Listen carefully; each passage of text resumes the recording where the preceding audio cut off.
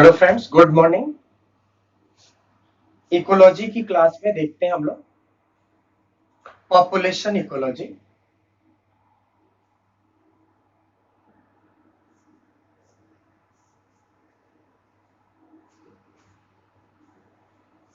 Population ecology जैसे आपको शायद आइडिया हो कि पॉपुलेशन क्या होता है, तो हम लोगों को पढ़ना होता है पॉपुलेशन का मतलब क्या होता है, ग्रुप ऑफ इंडिविजुअल्स। अगर मैं आपको बताऊं कि पॉपुलेशन क्या होता है तो हम लोग पढ़ते हैं group of individual belonging from the same species. अब आपके ऊपर फिर एक क्वेश्चन आया, व्हाट इज स्पीसीज। तो हम लोगों को यहाँ पर देखना है, पहले मैं आपको बता दूं कि पॉपुलेशन क्या है। तो आपको देखना है population is a group of individual that present in a particular area influenced by similar type of biotic and abiotic factor and likely to breed with each other, right? तो देखता हूं, मैं आपको बताता हूं। Population means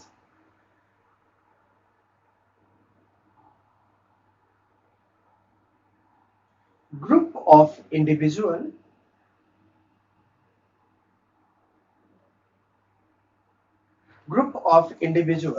located in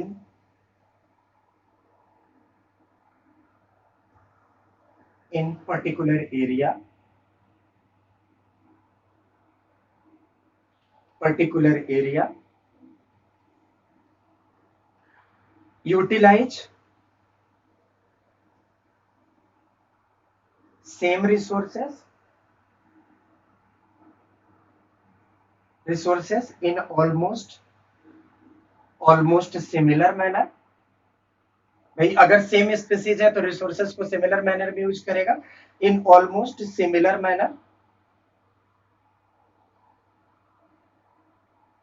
affected by similar environment,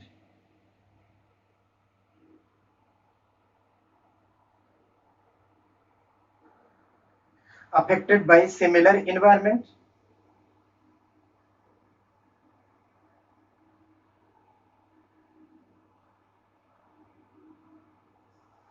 environment में हम बातें कर लेंगे दोनों की, biotic and abiotic factor.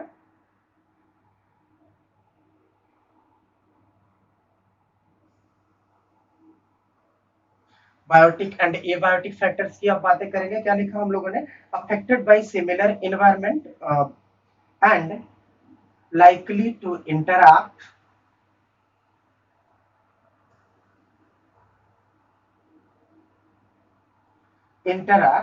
and breed with each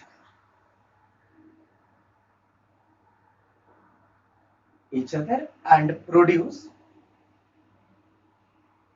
fertile offspring। Produce क्या करे, फर्टाइल ऑफस्प्रिंग। इसीलिए हम लोग बोल देते हैं यूजुअली कि अगर आप देखें तो हम अलग बातें करते हैं, population is mono specific image.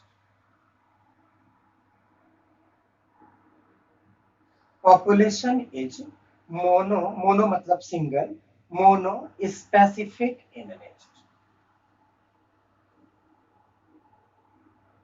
ये पॉइंट आपको ध्यान रखना है कि पॉपुलेशन कैसा होगा, मोनो स्पेसिफिक नेचर का होगा। मोनो स्पेसिफिक नेचर का मतलब क्या होगा, वही जो पॉइंट्स आपने पहले लिखा है, सिमिलर एनवायरनमेंट से अफेक्ट होगा, सिमिलर टाइप के बायोटिक एबायोटिक फैक्टर होंगे जो इसकी फिजियोलॉजी को मेंटेन करेंगे। उसके रिगार्डिंग हम बातें कर रहे थे कि पॉपुलेशन कैसा होता है फ्रेंड्स, मोनो स्पेसिफिक नेचर का होता है। अब पॉपुलेशन इकोलॉजी में सबसे पहले हम स्टार्ट करते हैं population growth model.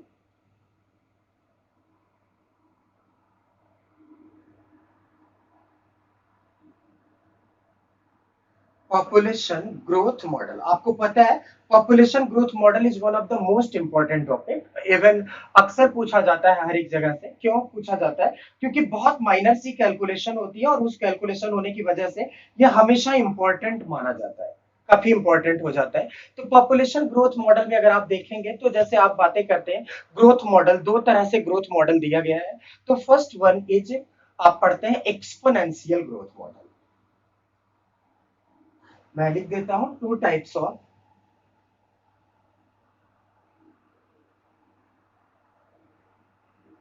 growth models are proposed.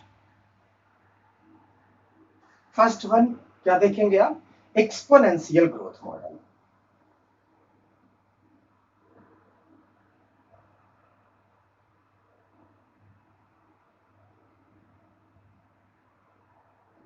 नाम से ही समझ में आ रहा है एक्सपोनेंशियल ग्रोथ मॉडल, मतलब ग्रोथ कॉन्टिन्यूअसली बढ़ती जाए। अगर ग्रोथ कॉन्टिन्यूअसली बढ़ती जाए तो उसको आप बोलते हो exponential growth model.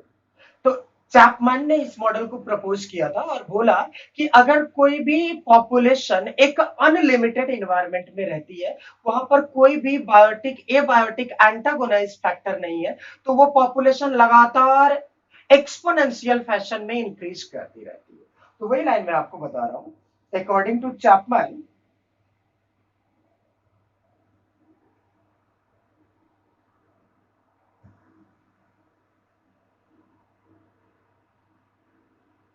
Chapman, if resources are unlimited, if resources are unlimited,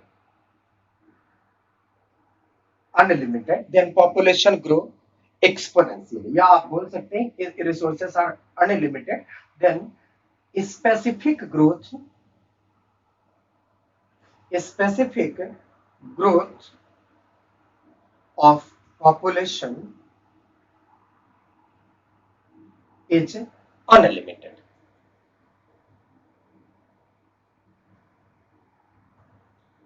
as क्या लिखा आपने? अनलिमिटेड। कि अगर लिमिटेशन ना हो किसी चीज की तो जो ग्रोथ होगा वो कॉन्टिन्यूअस फैशन में हम देखें तो बहुत ज्यादा हो जाएगा।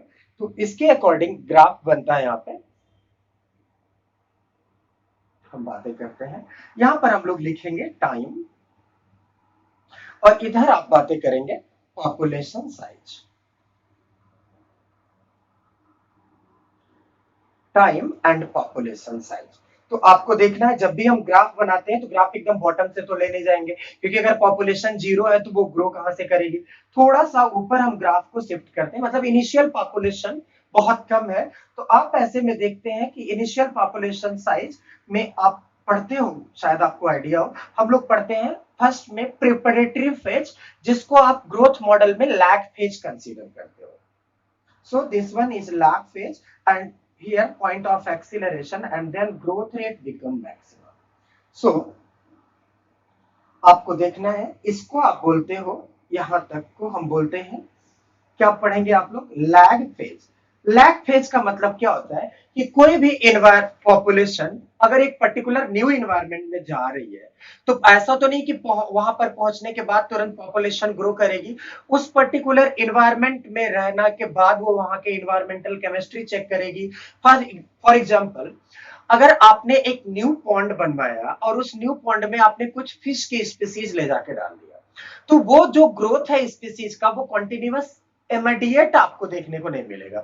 क्यों? क्योंकि फिश जो है वो उस पर्टिकुलर वाटर में पड़ने के बाद वहां के वाटर की केमिस्ट्री को चेक करेगी, वाटर को पीएच को चेक करेगी, न्यूट्रिएंट की अवेलेबिलिटी चेक करेगी। If everything is satisfactory then it becomes ready for reproduction, right? तो वो जो टोटल टाइम लग रहा है for the identification of the environment, उस पर्टिकुलर पॉइंट को हम लोग बोलते हैं क्या?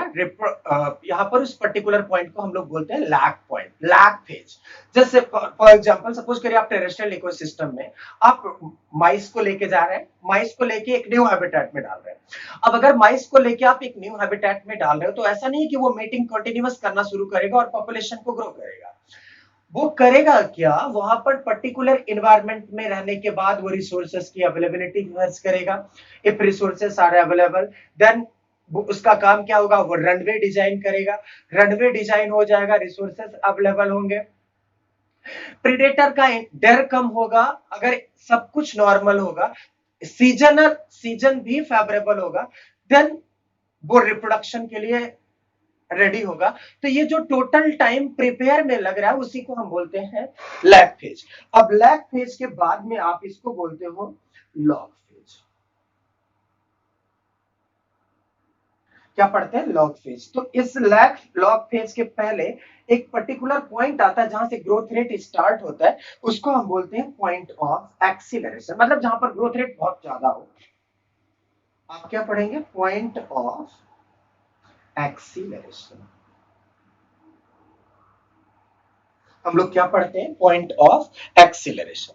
तो यहां पर एक लाइन यही देखना है, if there is no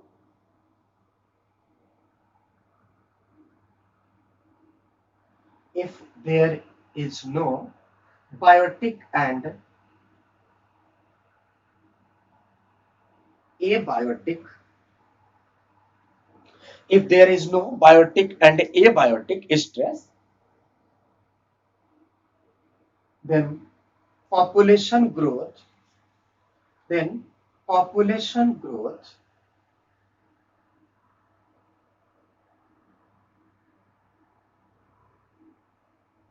become maximum।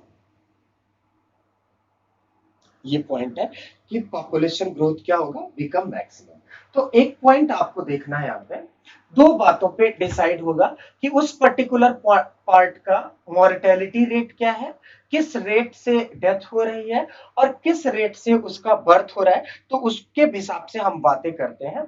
तो ग्रोथ रेट यहां पर अगर आप देखेंगे तो पॉपुलेशन ग्रोथ रेट,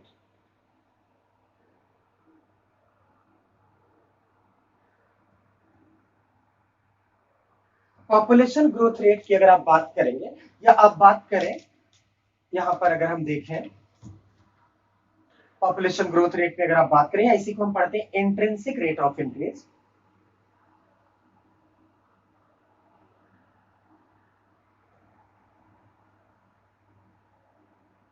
बोल रहा है इंट्रिंसिक रेट ऑफ इंक्रीज, जिसको हम स्मॉल आर से रिप्रेजेंट करते हैं। इंट्रिंसिक रेट ऑफ इंक्रीज को हम स्मॉल आर से रिप्रेजेंट करते हैं। तो इंट्रिंसिक रेट ऑफ इंक्रीज का मतलब होता है, इन्होंने बोला intrinsic rate of increase equal to b minus T,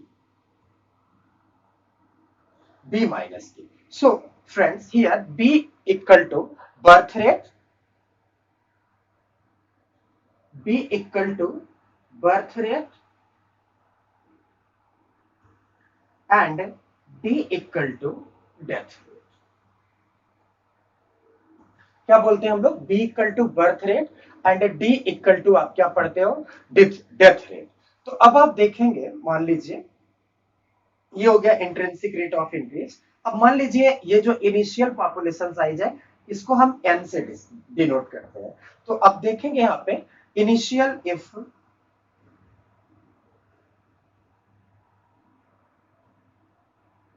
initial population size,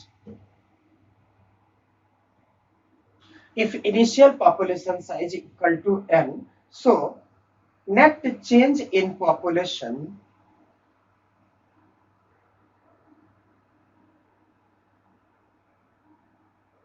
net change in population को आप रिप्रेजेंट करते हो dn या डेल्टा n आप बोलेंगे, dn by dt। dn by dt का मतलब हुआ net change in population with respect to time. So dn by dt, dn by dt किस पे डिपेंड होगा भाई, b minus D, birth rate minus death rate into initial population size. ये बोल रहे हैं कि बर्थ रेट और death rate into initial population size. So आपने पढ़ा था b minus T equal to R, इसको हम बोलते हैं। तो आप बोल सकते हैं, इस फॉर्मूले को मॉडिफाइड कर सकते हैं, dn by dt equal to r into n। That means population growth rate is totally decided by two factors. First one is R means B minus D, and second one आप क्या पढ़ते हैं, second one हम लोग लिखते हैं N means initial population size, because you know if initial population size is high then population growth rate becomes high, right? अब आपको अगर यहाँ पर देखा जाए, मैं आपको बताऊं, if B is greater than D, अगर B D से ज्यादा है तो आपको पता है, but if birth rate is higher than death rate then population growth rate is high। Growth rate of population is high, right? If B equal to D, then population क्या होगा भाई, अगर बर्थ रेट डेथ रेट दोनों equal हो जाए तो population क्या होगा, stable. While if B is less than D, then population, friends,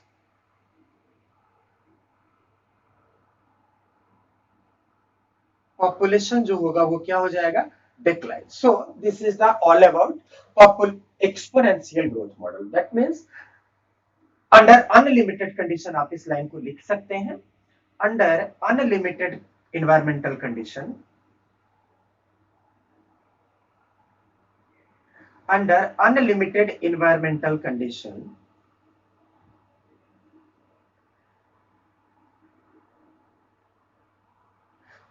under unlimited environmental condition, a specific growth rate of species, या under unlimited condition, net change in population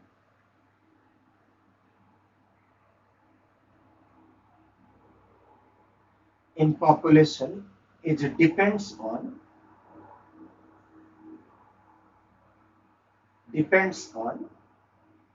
R and N, right? अब आप दूसरा model देखेंगे. दूसरा model हम यहां पर पढ़ते हैं. जैसे आपको मैं बताता हूं दूसरा मॉडल जो है जिसको आप पढ़ते हो, लॉजिस्टिक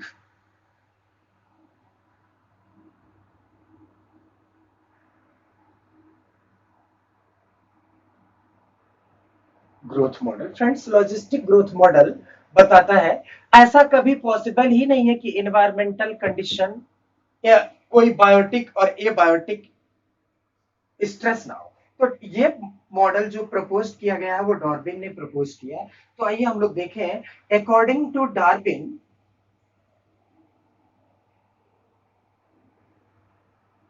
अब आप अगर डार्विन को देखेंगे तो क्या बोल रहा है, according to Darwin population never grow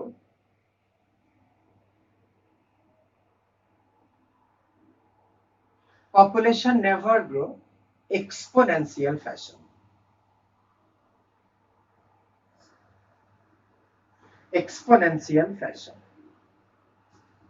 because अगर आप देखें, क्योंकि लिमिटेड रिसोर्सेस हमेशा लिमिटेशन में होंगे. Because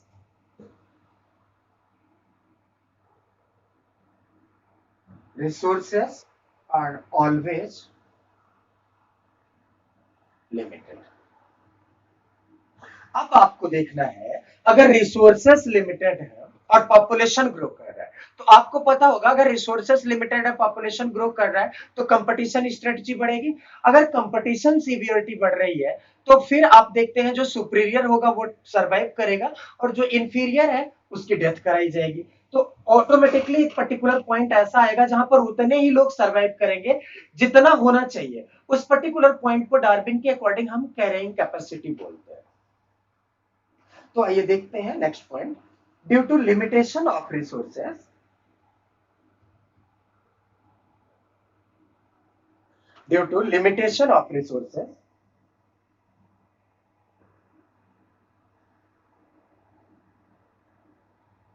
inter intra specific competition,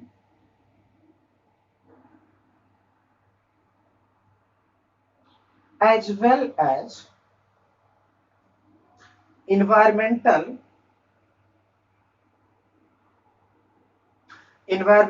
crisis started. Environmental crisis क्या होगा, स्टार्ट हो जाएगा. और अगर इन्वायरमेंटल क्राइसिस स्टार्ट हुआ, सो आप क्या ऑब्जर्व करोगे, अगर इन्वायरमेंटल क्राइसिस स्टार्ट हुआ तो आप क्या देखोगे कि एक पर्टिकुलर पॉइंट पर बर्थ रेट जो होगा वो कम होगा और डेथ रेट जो होगा वो क्या हो जाएगा भाई, बढ़ जाएगा. सो दैट बर्थ रेट जिसको हम नेटेलिटी बोलते हैं, birth rate is decreases and death rate जिसको आप क्या बोलते हो, मॉर्टेलिटी, डेथ रेट क्या हो जाएगा, increases. So by birth rate and death rate का जो इंक्रीज डिक्रीज का रेशियो है, इसके अकॉर्डिंग पॉपुलेशन एक जगह आके क्या हो जाएगा, फिक्स हो जाएगा, इंक्रीजेस. सो population never grow exponential fashion.